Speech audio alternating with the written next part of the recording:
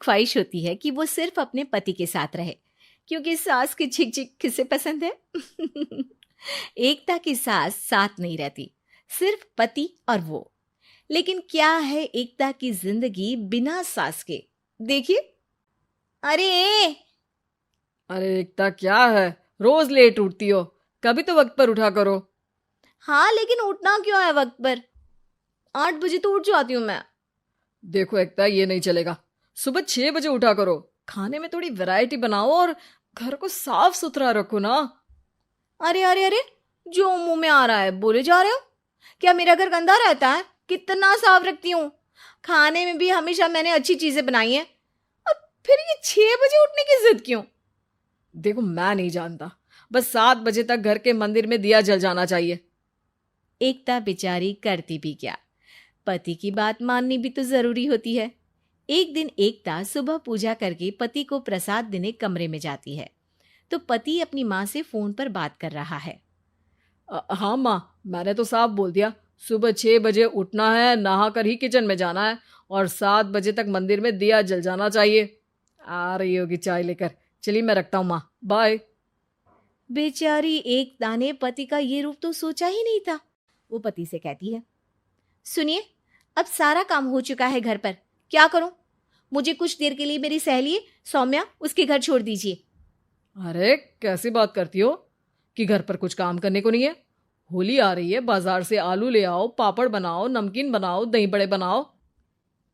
सब कुछ आज ही बनाना है? अरे अब मन कर रहा है कि सहेली के घर जाऊं तो जाऊंगी ना मैं। आप नहीं ले जाएंगे तो कैब से चली जाऊंगी। अरे अरे, ये क्या बात होती है? चलो ले जाता हूँ तुम्हें, तैयार हो जाओ जल्दी से। कैब की धमकी तो ऐसे दे रही हो जैसे माँ ने दरवाजे में कैब खड़ी कर रखी हो, विथ ड्राइवर। बढ़िया आई कैब वाली। हाय रे एकता की किस्मत। वो सोचती है कि सास साथ नहीं है, लेकिन पति के हाव भाव किसी अक्कड़ू सास से कम ही नहीं है। पति एकता को सहेली के घर छोड़कर कहता है, अच्छा सुनो, वक्त पर घर चली जाना और शाम को गर्मा गर्म पुलाव खाऊंगा मैं। बनाकर पहले ही मत रख देना, और हाँ, रायता भी बना लेना। हाँ जी हाँ, फिलहाल क्या मैं अंदर जा सकती हूँ? नाश्ता पेट भर करा दिया, दोपहर का खाना भी पैक कर दिया। पहले जो खाया है उसे तो पचा लो, दिन का खा लो, अभी से रात के खाने की चिंता में बाल न जड़ जाए कहीं।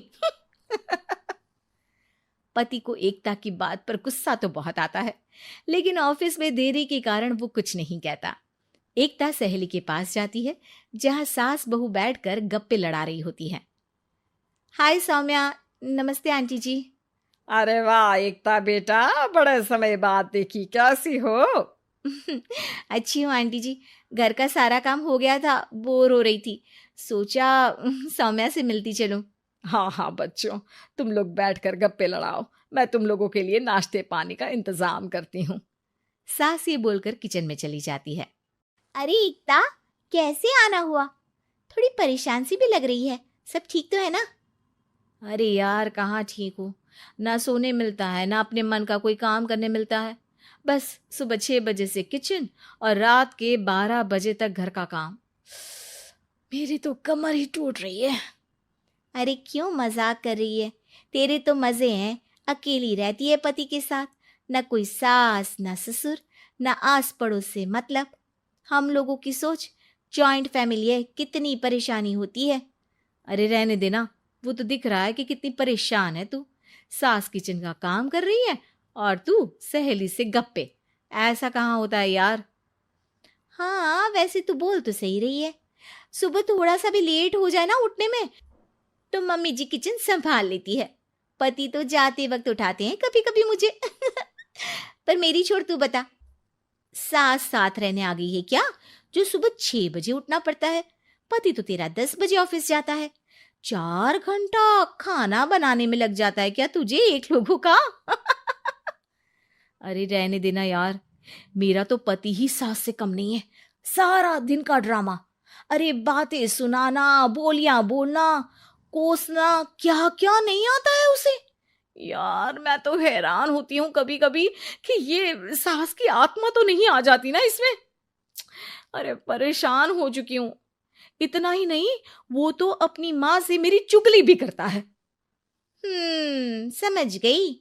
मतलब तेरे पति की गाड़ी चल यहाँ रही है, लेकिन रिमोट तेरी सास के पास ही है। अरे अब जो समझ, रिमोट है या कंट्रोल है, बस मेरा तो मुश्किल हो रहा है यहाँ रहना। सोच रही हूँ 2-4 महीने के लिए मायके चली जाऊं। क्या करेगी? 2-4-10 महीने बाद तो आना ही है ना यहाँ पर। तो क्या करूं, तलाक दे दूं क्या? अरे ये कोई सोल्यूशन नहीं है। तू अपने पति को सुधार भी तो सकती है। कैसे कैसे सुधारूं?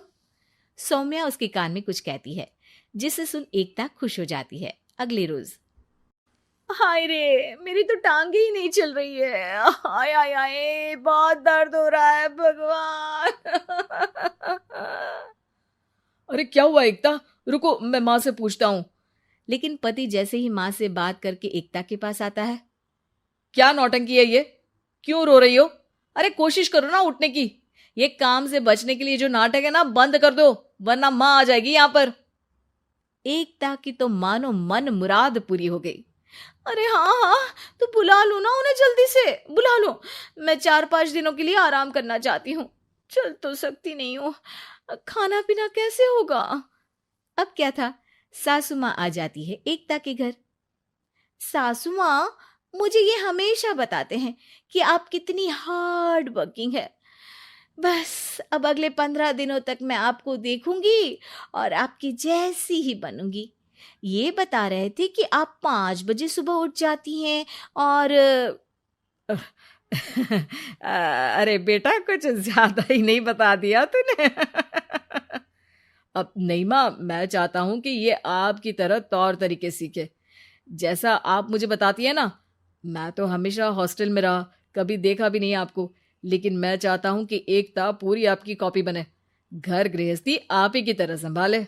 हैं? हाँ हाँ। तो अब माँ जी यही है, तो क्यों ना कल से शुरू। लेकिन अगले दिन सास 9 बजे सोकर उठती है। बेचारा बेटा बाहर से खाना मंगा कर खाता है। शाम को घर आता है तो सारा घर बिखरा रहता है। अरे माँ, ये घर इतना बिखरा क्यों है? अरे वो बेटा, आज वक्त ही नहीं मिला किचन से।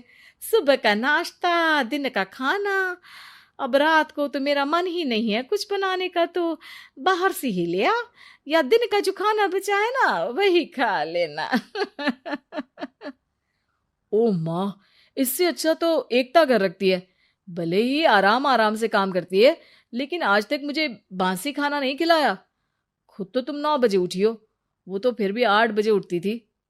अरे बेटा, मेरे बस की नहीं है 8 बजे उठना। वो तो ना मैं झूठ बोल रही थी। मैं तो चली अपने घर। अरे कम से कम तेरे पापा मुझे सुबह की चाय खुद तो बना कर देते हैं ना। ना जी ना, मुझे नहीं रहना अपने बेटे के पास। ये बोलकर सासू माँ चली जाती है अपने घर और एकता की लाइफ फिर से सेट हो जाती है, बहुत अच्छी तरह।